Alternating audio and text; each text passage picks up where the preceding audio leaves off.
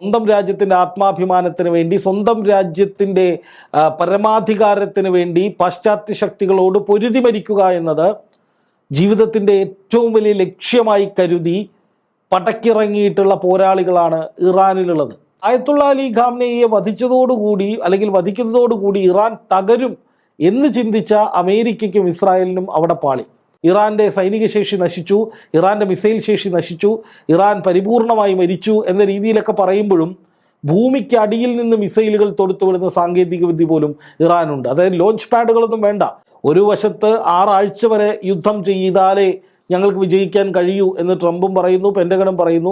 കുറച്ച് കഴിയുമ്പോഴേക്കും ട്രംപിന് ബോധോദയം ഉണ്ടാകുന്നു. ട്രംപ് പറയുകയാണ് ഹോർമുസ് കടലെടുക്കൊന്നും പിടിച്ചെടുക്കേണ്ട, നമുക്ക് യുദ്ധം എത്രയും പെട്ടെന്ന് അവസാനിപ്പിക്കാമെന്ന് പറയുന്നു. അപ്പം തന്നെ മറുവശത്ത് പറയുന്നു ഖാർഗ് ഞങ്ങൾ പിടിച്ചെടുക്കുകയാണ് എന്ന് പറയുന്നു. തുടക്കത്തിൽ ഒറ്റ വാക്കായി, ഒറ്റ മെയ്യായി, ഒറ്റ മനസ്സായി യുദ്ധത്തിലേക്ക് ഇറങ്ങിയ ട്രംപ് വഴിക്ക് വെച്ച് ഇസ്രായേലിനെ മറ്റൊരു വഴിയിലേക്ക്, അല്ലെങ്കിൽ ഇസ്രായേലിനെ ഉപേക്ഷിച്ചിരിക്കുകയാണ്. കാരണം ഇസ്രായേൽ ഇപ്പോഴും ഇറാനിലേക്ക് ആക്രമണം നടത്തുന്നുണ്ട്. പക്ഷേ ട്രംപ് അല്ലെങ്കിൽ അമേരിക്ക കഴിഞ്ഞ 10 ദിവസത്തോളമായിട്ട് ആക്രമണം നടത്തുന്നില്ല. ഈ യുദ്ധം തുടങ്ങിയവർ തന്നെ ആ യുദ്ധത്തോടെ ഒടുങ്ങുകയാണ്. ഗസയിൽ മുമ്പ് കണ്ടതിന് സമാനമായ രീതിയിലാണ് ഇസ്രായേലിലെ പലയിടങ്ങളിൽ നിന്നും തകർന്ന കെട്ടിടങ്ങളുടെ ദൃശ്യങ്ങൾ പുറത്തു വരുന്നത്. ഇസ്രായേലിലെ ജനങ്ങൾ സ്വപ്നത്തിൽ പോലും ഇതൊന്നും വിചാരിച്ചിട്ടുണ്ടാവില്ല. ഹൈഫ, ടെൽ-അവീവ്, ജെറുസലേം, അതുപോലെ ലെബനനോട് ചേർന്ന് കിടക്കുന്ന ഇസ്രായേലിലെ പ്രവിശ്യകൾ, ഇവിടങ്ങളിലൊക്കെ വലിയ ആക്രമണങ്ങൾ, വലിയ നാശനഷ്ടങ്ങൾ ഉണ്ടാവുകയാണ്. വ്യത്യസ്തങ്ങളായ സമയങ്ങളിൽ വ്യത്യസ്തങ്ങളായ ആശയങ്ങളും അതുപോലെ തന്നെ അഭിപ്രായങ്ങളും പറയുന്ന വ്യക്തിയാണ് ട്രംപ് എന്ന് നമ്മൾ പലപ്പോഴും സംസാരിച്ചിട്ടുള്ള കാര്യമാണ്. അപ്പോൾ ഇന്നലെ ട്രംപ് പറഞ്ഞൊരു കാര്യം, യുദ്ധം വളരെ ശക്തിയായിട്ട് മുന്നോട്ട് പോകും, ഇറാൻ്റെ ഊർജ്ജ കേന്ദ്രങ്ങളെ അറ്റാക്ക് ചെയ്യുമെന്നുള്ള രീതിയിലൊക്കെയായിരുന്നു. പക്ഷേ ഇന്ന് 31-ാം തീയതി ഇന്ന് വന്നിരിക്കുന്ന ഒരു വാർത്ത അനുസരിച്ച് വാൾ സ്ട്രീറ്റ് ജേർണൽ ഉൾപ്പെടെയുള്ള പ്രമുഖ അന്താരാഷ്ട്ര മാധ്യമങ്ങൾ റിപ്പോർട്ട് ചെയ്യുന്നതനുസരിച്ച് യുദ്ധം അവസാനിപ്പിക്കാൻ, അതായത് ഹോർമൂസ് കടലിടുക്ക് പൂർണ്ണമായും തുറന്നില്ലെങ്കിൽ കൂടിയും ഇറാനെതിരായ സൈനിക നടപടികൾ അവസാനിപ്പിക്കാൻ ട്രംപ് തയ്യാറാണ് എന്ന് തൻ്റെ അനുയായികളോട് അല്ലെങ്കിൽ സഹായികളോട് പറഞ്ഞതായി ഒരു റിപ്പോർട്ട് വന്നിട്ടുണ്ട്. 4 മുതൽ 6 ആഴ്ചയ്ക്കുള്ളിൽ ഈ സൈനിക നീക്കം അവസാനിപ്പിക്കാനാണ് ട്രംപ് ലക്ഷ്യമിടുന്നത് എന്നാണ് പറഞ്ഞിരിക്കുന്നത്. യുദ്ധം തുടങ്ങി 30 ദിവസങ്ങൾ പിന്നിട്ടിരിക്കുമ്പോഴാണ് ഈ കടലിടുക്ക് വീണ്ടും തുറക്കാനുള്ള സങ്കീർണമായ ദൗത്യം പെട്ടെന്ന് നടക്കില്ല എന്നൊരു ബോധോദയം ട്രംപിന് വന്നിരിക്കുന്നത് എന്നാണ് ഈ ജേർണലിൽ പറഞ്ഞിരിക്കുന്നത്. അപ്പോൾ ചുരുക്കി പറഞ്ഞു കഴിഞ്ഞാൽ പത്തി താഴ്ത്തി എന്നല്ല പറയേണ്ടത്, സാഷ്ടാംഗം നമസ്കരിച്ചു എന്നാണ് പറയേണ്ടത് ഇറാന് മുന്നിൽ അമേരിക്ക. അപ്പോൾ എന്താണ് ഇതിനെപ്പറ്റി കൂടുതൽ പറയാനുള്ളത്? ഇത് ശരിക്കും പറഞ്ഞാൽ ഇറാൻ്റെ കെണിയിലേക്ക് ചെന്ന് കയറിക്കൊടുത്ത അമേരിക്ക എന്ന് വേണമെങ്കിൽ ഇതിനെ വ്യാഖ്യാനിക്കാം. അപ്പോൾ പലരും ചോദിക്കും, ഇറാന് വലിയ നാശനഷ്ടമുണ്ടായല്ലോ, ആയത്തുള്ള അലി ഖാംനെയി അടക്കമുള്ള പ്രധാനപ്പെട്ട പലരും ഇറാൻ്റെ കൊല്ലപ്പെട്ടല്ലോ എന്ന്. അതിനുള്ള മറുപടി പറഞ്ഞുകൊണ്ട് തന്നെ തുടങ്ങാം. കാരണം ഇറാനെ സംബന്ധിച്ച് ഇറാൻ ആയത്തുള്ള അലി ഖാംനെയുടെ മരണത്തിന് ശേഷം സംഭവിക്കേണ്ട ഏതാണ്ട് ഒരു 5ഓ 10ഓ സ്റ്റെപ്പുകൾ വരെ കൃത്യമായി പ്ലാൻ ചെയ്തുകൊണ്ട് തന്നെയാണ് മുന്നോട്ട് പോകുന്നത്. അങ്ങനെ പറയാനുള്ള പ്രധാനപ്പെട്ട കാരണം രക്തസാക്ഷിത്വം ജീവിതത്തിലെ ഏറ്റവും വലിയ ക്രെഡിറ്റായി കാണുന്ന, അല്ലെങ്കിൽ ജീവിതത്തിൻ്റെ അല്ലെങ്കിൽ തൻ്റെ ഇത്രയും കാലത്തെ ജീവിതത്തിൻ്റെ പൂർത്തീകരണം എന്ന നിലയിൽ രക്തസാക്ഷിത്വത്തെ കാണുന്ന ഒരു ഭരണാധികാരിയും ഭരണകൂടവും പടയാളികളുമുള്ള രാജ്യമാണ് ഇറാൻ. അതായത് സ്വന്തം രാജ്യത്തിൻ്റെ ആത്മാഭിമാനത്തിന് വേണ്ടി, സ്വന്തം രാജ്യത്തിൻ്റെ പരമാധികാരത്തിന് വേണ്ടി പാശ്ചാത്യ ശക്തികളോട് പൊരുതി മരിക്കുക എന്നത് ജീവിതത്തിൻ്റെ ഏറ്റവും വലിയ ലക്ഷ്യമായി കരുതി പടക്കിറങ്ങിയിട്ടുള്ള പോരാളികളാണ് ഇറാനിലുള്ളത്. അപ്പോൾ സ്വാഭാവികമായിട്ടും അവരെ കൊല്ലുക, അല്ലെങ്കിൽ അവരെ വധിക്കുമെന്ന് ഭീഷണിപ്പെടുത്തുക, അല്ലെങ്കിൽ അവരെ വധിക്കുക എന്നത് അവരെ സംബന്ധിച്ച് ഏറ്റവും പരമപ്രധാനമായിട്ടുള്ള ഒരു പോരാട്ടത്തിൽ ജീവൻ വെടിഞ്ഞു, രക്തസാക്ഷിയായി എന്ന് പറയുന്നത് അവർക്ക് വലിയൊരു പ്രൗഡാണ്.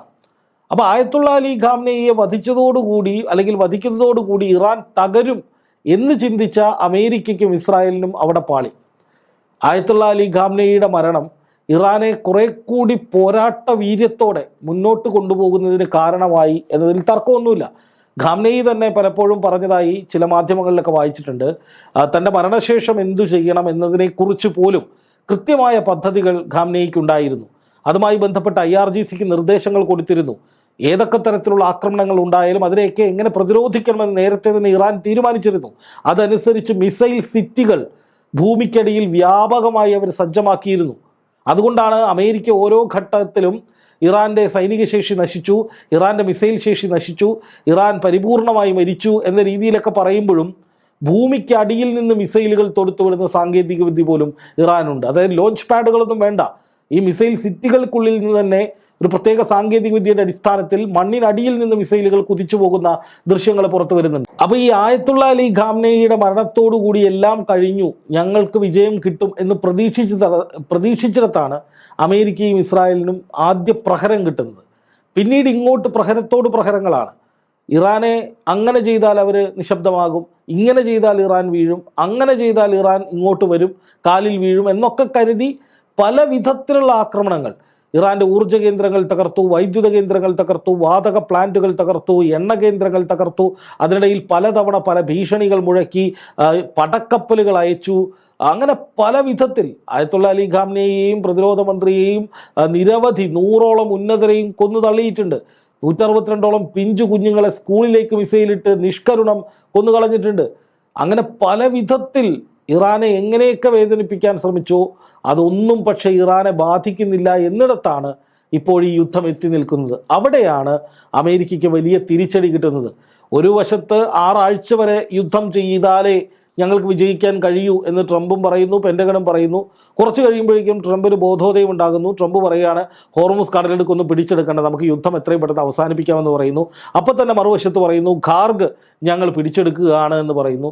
അതായത് ഒരു ചിത്തഭ്രമം എന്നൊക്കെ പറയും. നമ്മൾ ഈ മണിച്ചിത്രത്താഴ് സിനിമയിലെ ശോഭനയുടെ ഒരു അവസ്ഥയുണ്ടല്ലോ, പല ഘട്ടങ്ങളിൽ പല രീതിയിലേക്ക് പൊടുന്നനെ മാറുന്നൊരവസ്ഥ, ഈ മതിഭ്രമം ചിത്തഭ്രമം എന്നൊക്കെ വിളിക്കുന്ന, അങ്ങനെ ഞാൻ പറയുന്നില്ല. പക്ഷേ എങ്കിലും സമാനമായ ചില സവിശേഷമായ പ്രകടനങ്ങളാണ് ഇപ്പോൾ ട്രംപ് നടത്തിക്കൊണ്ടിരിക്കുന്നത്.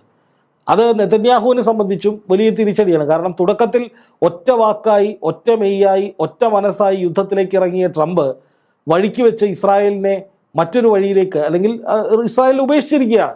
കാരണം ഇസ്രായേൽ ഇപ്പോഴും ഇറാനിലേക്ക് ആക്രമണം നടത്തുന്നുണ്ട്. പക്ഷേ ട്രംപ് അല്ലെങ്കിൽ അമേരിക്ക കഴിഞ്ഞ 10 ദിവസത്തോളമായിട്ട് ആക്രമണം നടത്തുന്നില്ല, വെടിനിർത്തൽ പ്രഖ്യാപിച്ചിരിക്കുകയാണ്. അപ്പോൾ ഇസ്രായേലും അമേരിക്കയും 2 തട്ടിലായി കഴിഞ്ഞിട്ട് ഒരാഴ്ച പിന്നിട്ടിരിക്കുന്നു. ഇരുവരും ചേർന്ന് തുടങ്ങിയ യുദ്ധത്തിൽ ഇസ്രായേൽ വേറെ വഴിക്കും അമേരിക്ക എങ്ങനെയെങ്കിലും ഇത് വൈൻഡപ്പ് ചെയ്ത് തടിയെടുക്കാനുള്ള വഴിക്കും മാറിയിരിക്കുന്നു എന്നുള്ളതാണ് ട്രംപിൻ്റെ ഏറ്റവും പുതിയ ഈ വാക്കുകൾ, അല്ലെങ്കിൽ ട്രംപിൻ്റെ ഇത്തരത്തിലുള്ള പല രൂപത്തിലുള്ള പ്രസ്താവനകൾ കേൾക്കുമ്പോൾ എനിക്ക് തോന്നുന്നത്. ഏതു ഈ ഇസ്രായേലിൻ്റെ കാര്യം പറഞ്ഞപ്പോഴേക്കുമാണ് ഇസ്രായേൽ ഇപ്പോൾ ഇറാനെ എങ്ങനെയും തകർക്കുക എന്നൊരു ഉദ്ദേശത്തോടെ മുന്നോട്ട് പോകുമ്പോൾ ഇറാൻ ചെയ്യുന്നത് സൈനിക നടപടികളല്ല, മറിച്ച് ഈ അഡാമ പോലുള്ള കീടനാശിനികളുടെ അല്ലെങ്കിൽ കൃഷിയുമായി ബന്ധപ്പെട്ട സ്ഥലങ്ങളെ തകർക്കുക എന്നുള്ളതാണ്. അവരുടെ ലക്ഷ്യം തന്നെ മറ്റൊന്നാണ്. അതായത് സൈനികപരമായി അറ്റാക്ക് ചെയ്യാതെ ആഭ്യന്തര പ്രശ്നങ്ങൾ അവിടെ ഉണ്ടാക്കുക, ജനങ്ങളെ സർക്കാരിനെതിരെ തിരിക്കുക എന്നൊരു ലക്ഷ്യമാണ് ഇപ്പോൾ ഇറാൻ ഇസ്രായേലിനെതിരെ നടത്തുന്നത്. ഇനി മറ്റൊന്നിലേക്ക് വന്നു കഴിഞ്ഞാൽ ഈ അമേരിക്കയുടെ കാര്യം പറയുമ്പോൾ അമേരിക്ക എങ്ങനെയെങ്കിലും തടിയൂരണം എന്നുള്ളൊരവസ്ഥയിലേക്ക് എത്തി എന്ന് പറഞ്ഞപ്പോൾ സ്പെയിൻ ഇന്ന് ഏറ്റവും പുതിയ വിവരം അനുസരിച്ച് സ്പെയിൻ വ്യോമപാത പൂർണ്ണമായി അടച്ചിട്ടുണ്ട്. അവരിലൂടെ ഇനി ഇറാനെ അറ്റാക്ക് ചെയ്യാൻ പാടില്ല എന്നൊരു രീതിയിലേക്ക് കാര്യങ്ങൾ മാറ്റിയിട്ടുണ്ട്. അപ്പോൾ നാറ്റോ സഖ്യരാജ്യങ്ങൾ അമേരിക്കയ്ക്കെതിരെ തിരിഞ്ഞു തുടങ്ങിയതിന് പ്രത്യക്ഷമായ ഉദാഹരണങ്ങൾ വന്നു തുടങ്ങിയിരിക്കുന്നു. മറ്റൊന്ന് പറയുമ്പോൾ അമേരിക്കയുടെ ഉള്ളിൽ തന്നെ 7% താഴെ മാത്രം ജനങ്ങളാണ് ഈ യുദ്ധത്തെ സപ്പോർട്ട് ചെയ്യുന്നത്. അപ്പോൾ അമേരിക്കയിലും ഇത്തരത്തിലൊരു ആഭ്യന്തര പ്രശ്നം നിലനിൽക്കുന്നു. ട്രംപ് എന്തിനാണ് ഈ ഒരു യുദ്ധം തുടങ്ങിയത്, എന്തിനാണ് ഇത്തരത്തിൽ ജനങ്ങളുടെ സമാധാനം നശിപ്പിക്കുന്ന രീതിയിലേക്ക് ജനങ്ങളെ കൊണ്ട് എത്തിച്ചത് എന്നുള്ള ചോദ്യം അതിനുള്ളിൽ തന്നെ വരുന്നു. അപ്പോൾ ട്രംപിനെതിരെ അമേരിക്കയിൽ വലിയ പ്രക്ഷോഭങ്ങൾ നടക്കുന്നു, വലിയ പ്രശ്നങ്ങൾ വരുന്നു. അപ്പോൾ ഇനി വരുന്ന ട്രംപിൻ്റെ ഒരു നിലനിൽപ്പ് തന്നെ ഭീഷണിയിലാകുന്ന അവസ്ഥയിലേക്ക് പോകുന്നു. അപ്പോൾ കാര്യങ്ങളെല്ലാം പല രീതിയിൽ ട്രംപിന് എതിരായി വരുന്നു, ഇസ്രായേലിനും എതിരായി വരുന്നു. അപ്പോൾ ഈ ഒരു കാരണം കൊണ്ടുകൂടിയല്ലേ ട്രംപ് എങ്ങനെയെങ്കിലും ഒന്ന് തലയൂരണം എന്ന് ശ്രമിക്കുന്നത്? തീർച്ചയായിട്ടും ഇത് വാളെടുത്തവൻ വാളാലെ എന്നൊരു പ്രയോഗം ഉണ്ടല്ലോ, ഏതാണ്ട് സമാനമായ രീതിയിലേക്കാണ് കാര്യങ്ങൾ പോകുന്നതെന്ന് ഞാൻ മുമ്പുള്ള വീഡിയോകളിൽ തന്നെ സൂചിപ്പിച്ചിട്ടുണ്ട്. അതായത് ഇത് യുദ്ധം തുടങ്ങിയവർ തന്നെ ആ യുദ്ധത്തോടെ ഒടുങ്ങുകയാണ്. ഇപ്പോൾ നമ്മൾ മനസ്സിലാക്കേണ്ട ആദ്യത്തെ കാര്യം, ഇപ്പോൾ വിദ്യ പറഞ്ഞതുപോലെ ഇറാൻ ഇസ്രായേലിലേക്ക് പ്രയോഗിക്കുന്ന ഒരു തന്ത്രം എന്ന് പറയുന്നത് അതിശക്തമായിട്ട് അവിടെ ആക്രമണം നടത്തുന്നു. അവിടുത്തെ പ്രധാനപ്പെട്ട എണ്ണ കേന്ദ്രങ്ങൾ, ഓയിൽ റിഫൈനറിയാണ് കഴിഞ്ഞ ദിവസം ആക്രമിച്ചത്.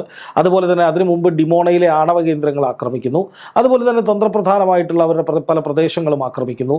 ലക്ഷക്കണക്കിന് ജനങ്ങൾ ബങ്കറുകളിൽ തന്നെ കഴിച്ചുകൂട്ടുകയാണ്. അവിടെ ജീവൻ നഷ്ടപ്പെടുന്നില്ല എന്ന് മാത്രമേ ഉള്ളൂ. ഇനി ജീവൻ നഷ്ടപ്പെടുന്നുണ്ടോ അത് ഇസ്രായേൽ മറച്ചു വെക്കുകയാണെന്ന് നമുക്കറിയില്ല. പക്ഷേ നിലവിൽ അവിടെ ജീവൻ നഷ്ടപ്പെടുന്നതായിട്ടുള്ള കണക്കുകൾ കാര്യമായി വരുന്നില്ല. പക്ഷേ ബങ്കറുകളിൽ തന്നെ ജനങ്ങൾ കഴിച്ചുകൂട്ടാണെന്ന് ആലോചിച്ച് നോക്കൂ. ലക്ഷക്കണക്കിന് വരുന്ന ജനങ്ങൾ ഇത്രയും കാലം ഈ ലോകത്തിലെ ആർക്കും തൊടാൻ കഴിയാത്തൊരു ശക്തി ആണ് ഞങ്ങൾ എന്ന അഹങ്കാരത്തിൽ ജീവിക്കുന്ന ഒരു ജനത. എന്ത് തന്നെ ആക്രമണം ഉണ്ടായാലും അയൺ ഡോമും താഡും ആരോവും അടക്കമുള്ള വ്യോമ പ്രതിരോധ സംവിധാനങ്ങൾ ഞങ്ങളെ പൊതിഞ്ഞ് സംരക്ഷിക്കുമെന്ന് വിചാരിച്ചിരുന്ന ഒരു ജനത. ഇറാനിൽ സാധാരണക്കാരായ ജനങ്ങൾ അല്ലെങ്കിൽ ഗസയിലെ സാധാരണക്കാരായ ജനങ്ങൾക്ക് നേരെയൊക്കെ ഇസ്രായേൽ ആക്രമണം നടത്തുമ്പോൾ അതിനെയൊക്കെ ന്യായീകരിച്ച് നെതന്യാഹുവിന് ജയ് വിളിച്ചുകൊണ്ടിരുന്നൊരു ജനത, ആ ജനത ഒരൊറ്റയടിക്ക് യുദ്ധത്തിൻ്റെ കെടുതികൾ അനുഭവിക്കാൻ തുടങ്ങിയിരിക്കുന്നു.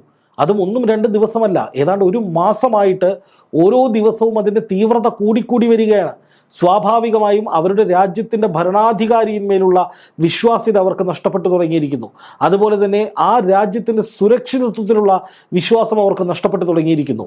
എപ്പോഴും കഴിയേണ്ടി വരുന്നു, എപ്പോഴും സ്ഫോടനങ്ങൾ കാണേണ്ടി വരുന്നു. ഗസയിൽ മുമ്പ് കണ്ടതിന് സമാനമായ രീതിയിലാണ് ഇസ്രായേലിലെ പലയിടങ്ങളിൽ നിന്നും തകർന്ന കെട്ടിടങ്ങളുടെ ദൃശ്യങ്ങൾ പുറത്തു വരുന്നത്. ഇസ്രായേലിലെ ജനങ്ങൾ സ്വപ്നത്തിൽ പോലും ഇതൊന്നും വിചാരിച്ചിട്ടുണ്ടാവില്ല. അപ്പോൾ സ്വാഭാവികമായിട്ടും അവരും ചിന്തിക്കുകയാണ്, എന്തിനു വേണ്ടിയാണ് ഈ യുദ്ധം? ഇപ്പം നെതന്യാഹു പറഞ്ഞത് ഈ തലമുറയ്ക്കും ഇനി വരാൻ പോകുന്ന തലമുറകൾക്കും സുരക്ഷിതമായി ഉറങ്ങാൻ വേണ്ടിയിട്ടാണ് ഞങ്ങൾ ഈ യുദ്ധം ആരംഭിച്ചത് എന്നാണ് ഒരു ഘട്ടത്തിൽ നെതന്യാഹു പറഞ്ഞത്. ഗസയിലേക്ക് യുദ്ധം ചെയ്തപ്പോഴും അദ്ദേഹത്തിൻ്റെ ന്യായീകരണം അങ്ങനെയായിരുന്നു. പക്ഷേ ഇപ്പോൾ നോക്കുക, സുരക്ഷിതത്വം എന്താണ് എന്ന് അറിയാൻ പോലും കഴിയാത്ത വിധത്തിൽ, അതായത് സുരക്ഷയ്ക്ക് വേണ്ടി കൊതിക്കുന്ന വിധത്തിൽ, ഒന്ന് ഉറങ്ങാൻ വേണ്ടി പോലും കഷ്ടപ്പെടുന്ന വിധത്തിലേക്ക് ഇസ്രായേലിലെ ജനങ്ങൾ മാറിയിരിക്കുകയാണ്. ഹൈഫ, ടെൽ-അവീവ്, ജെറുസലേം, അതുപോലെ ലെബനനോട് ചേർന്ന് കിടക്കുന്ന ഇസ്രായേലിലെ പ്രവിശ്യകൾ, ഇവിടങ്ങളിലൊക്കെ വലിയ ആക്രമണങ്ങൾ, വലിയ നാശനഷ്ടങ്ങൾ ഉണ്ടാവുകയാണ്. അയൺ ഡോമിൻ്റെ ശേഷി കുറയുന്നു, താഡ് സംവിധാനത്തിൻ്റെയും ആരോ സംവിധാനത്തിൻ്റെയും ഒക്കെ ശേഷി കുറഞ്ഞു വരികയാണ്. അപ്പോൾ സ്വാഭാവികമായിട്ടും ഇതുണ്ടാക്കുന്നൊരു ഇമ്പാക്റ്റ് ആ ജനങ്ങൾക്ക് വളരെ വലുതാണ്. അപ്പോൾ അവരും ചിന്തിക്കുകയാണ്, എന്തിനു വേണ്ടിയായിരുന്നു യുദ്ധം? സമാധാനം തരാമെന്ന് പറഞ്ഞ് അങ്ങോട്ട് പോയി കയറി കൊടുത്തിട്ട് ഇപ്പം നമ്മുടെ സമാധാനവും സുരക്ഷിതത്വവും സ്വത്തും ജീവനും ഒക്കെ നഷ്ടപ്പെടുകയാണ്. എന്തിനു വേണ്ടിയാണ് നെതന്യാഹു യുദ്ധം ചെയ്യുന്നത്? സ്വാഭാവികമായിട്ടും നെതന്യാഹുവിന് പ്രോസിക്യൂഷൻ നടപടികളിൽ നിന്ന് രക്ഷപ്പെടാൻ, അഴിമതി കേസുകളിൽ നിന്ന് രക്ഷപ്പെടാൻ വേണ്ടിയിട്ടുള്ള തന്ത്രത്തിൻ്റെ ഭാഗമായിരുന്നു ഇത് എന്ന പോയിന്റിലേക്ക് ഇസ്രായേലിൽ 1% പേരെങ്കിലും എത്തും. അവിടെ പതിയെ പ്രതിഷേധങ്ങൾ ഉയരുന്നുണ്ട്. ഇപ്പം നമ്മൾ കാണുന്നത്, ഇസ്രായേലിനുള്ളിൽ നിന്ന് വരുന്ന ദൃശ്യങ്ങളിൽ കാണുന്നത്, എന്താണോ ഇറാനിൽ നടപ്പാക്കാൻ ശ്രമിച്ചത് അവിടെ ഒരു ആഭ്യന്തര കലാപമായിരുന്നു. അതിപ്പോൾ ഇസ്രായേൽ ഉണ്ടാവുകയാണ്. ഇസ്രായേലിലെ ജനങ്ങൾ യുദ്ധത്തിനെതിരെ, നെതന്യാഹുവിനെതിരെ കൊടിയും ബാനറുകളും ഒക്കെ ആയിട്ട് ഇറങ്ങിത്തിരിക്കുന്നു. സൈന്യം, പോലീസ് അവരെ കായികമായി നേരിടുന്നു. അമേരിക്കയിലും സമാനമായ സ്ഥിതി തന്നെയാണ്. ട്രംപിനെതിരെ വലിയ പ്രതിഷേധങ്ങൾ ചിക്കാഗോയിലും ന്യൂയോർക്കിലും അടക്കം പ്രധാനപ്പെട്ട സിറ്റികളിലൊക്കെ 1000-ഉം 10,000-ഉം ഒന്നുമല്ല, ലക്ഷക്കണക്കിന് ജനങ്ങളാണ് ട്രംപിനെ ചീത്ത വിളിച്ചുകൊണ്ട്, ട്രംപിനെതിരെ പ്ലക്കാർഡുകൾ ഉയർത്തിക്കൊണ്ട്, ട്രംപിൻ്റെ കോലങ്ങൾ വെച്ചുകൊണ്ട്, ട്രംപിനെതിരെ രൂക്ഷമായ മുദ്രാവാക്യം വിളിച്ചുകൊണ്ട്. കാരണം അവിടുത്തെ ജനങ്ങൾ ആ യുദ്ധത്തിൻ്റെ കെടുതികൾ ഒന്നൊന്നായി അനുഭവിച്ചുകൊണ്ടിരിക്കുകയാണ്. അവിടെ ക്രൂഡ് ഓയിലിൻ്റെ ഇന്ധനത്തിൻ്റെ വില കുതിച്ചുയരുന്നു, സാമ്പത്തിക സ്ഥിതി തകരാറിലാകുന്നു, ഓഹരി വിപണി കൂപ്പുകുത്തുന്നു. ഭാവിയിൽ ഇങ്ങനെ പോയാൽ എണ്ണ കിട്ടാക്കനിയാകുമെന്ന ബോധ്യം, പേടി അവിടുത്തെ ജനങ്ങൾക്ക് വന്നിരിക്കുന്നു.